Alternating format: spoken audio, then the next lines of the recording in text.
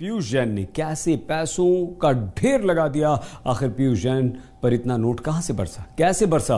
विश्वास कीजिए, हर कोई यही जानना चाहता है। तो आप ये समझ लीजिए कि इसके पीछे पीयूष जैन का एक केमिकल फॉर्मूला है जो उसने अपने पिता के साथ मिलकर तैयार किया और इस केमिकल से एक ऐसा कंपाउंड बनाया कि उसके घरों में नोटों का पहाड़ खड़ा हो गया।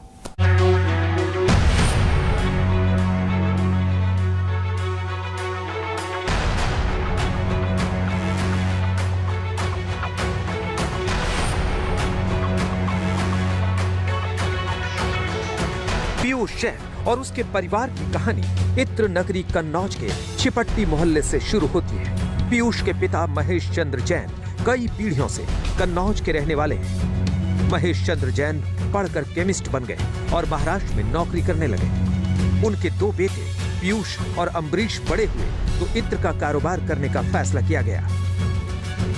महेश चंद्र को केमिकल की बारीकियां पता थी, बेटों को भी केमिकल का खूब ज्ञान था।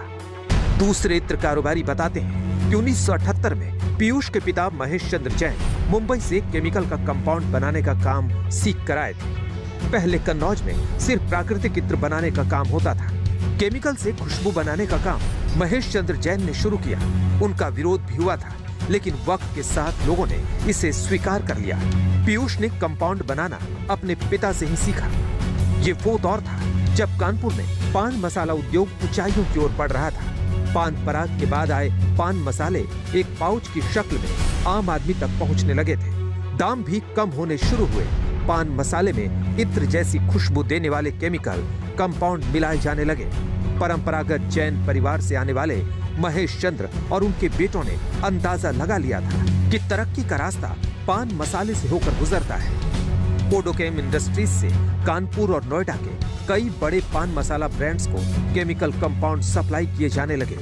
केमिकल छोटे ड्रम में जाते थे, बदले में मोटी रकम घर आती थी। छिपट्टी के जैन परिवार का कारोबार तेजी से बढ़ने लगा, इतनी तेजी से कि कोई अंदाजा भी नहीं लगा सका। पिता पुत्र केमिकल और इत्र से कितने परिचित हैं, इसे यूं समझिए कि तहखानों में चंदन का 600 किलो तेल ड्रमों में छिपा कर रखा गया था।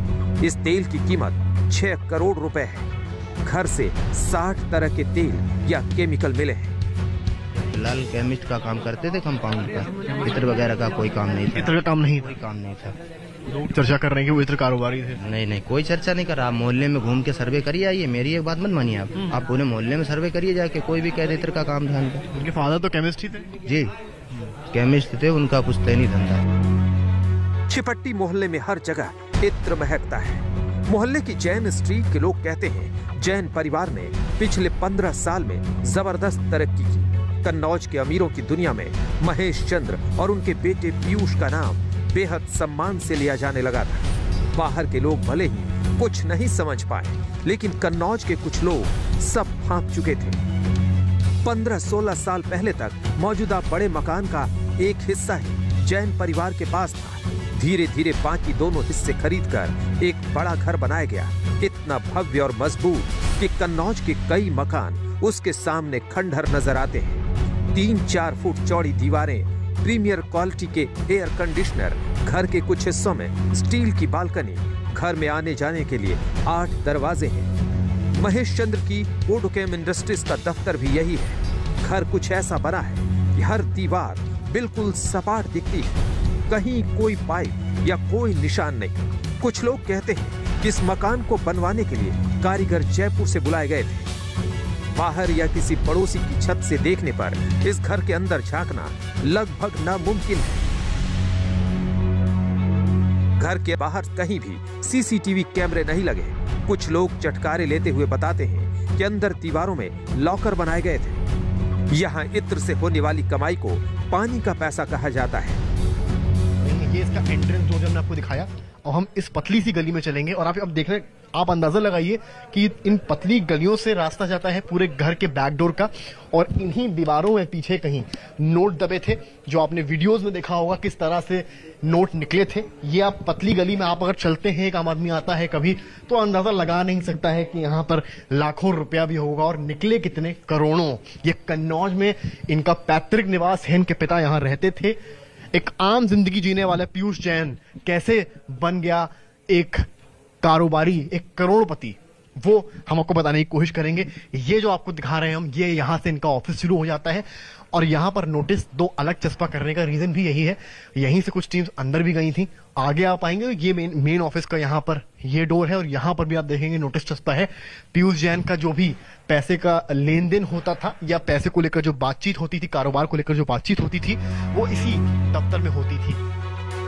तंग गलियों वाले इस मोहल्ले में पीयूष के 2 अन्य मकानों के अलावा एक फैक्ट्री है। लोग कहते हैं कि फैक्ट्री अभी चालू नहीं हो पाई थी, कारोबार तो घर से होता था। जैन स्ट्रीट के इस घर में सिर्फ महेश चंद्र और उनके स्टाफ के कुछ लोग रहते थे। पीयूष और अम्बरीश अक्सर आते जाते रहते। पीयूष और अम्बरीश के बच्चे अपने पुश्तैनी घर में कभी कभार ही आते थे। अब बात करते हैं पीयूष के कानपुर वाले घर और उनके एक्सपोर्ट कारोबार की।